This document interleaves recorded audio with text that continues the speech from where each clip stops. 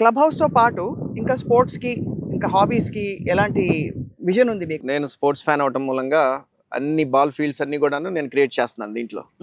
Beat basket ball court కానివ్వండి, 2 shuttle courts కానివ్వండి, cricket nets కానివ్వండి, బీచ్ వాలీబాల్ కానివ్వండి, tennis courts cum pickle ball court. ఒక club house ఇస్తున్నామండి. Almost 25,000 square feet club house ఒకటి. సుమారుగా ఒక 700 ప్లాట్స్ వస్తున్నాయి దీంట్లో. ఇది ప్లాట్ ప్లస్ కన్స్ట్రక్షన్ వెంచర్. నేను ఒక 20 విల్లాస్ కడుతున్నాను దీంట్లో. జస్ట్ సో దట్ మెయింటెనెన్స్ బాగుంటుంది.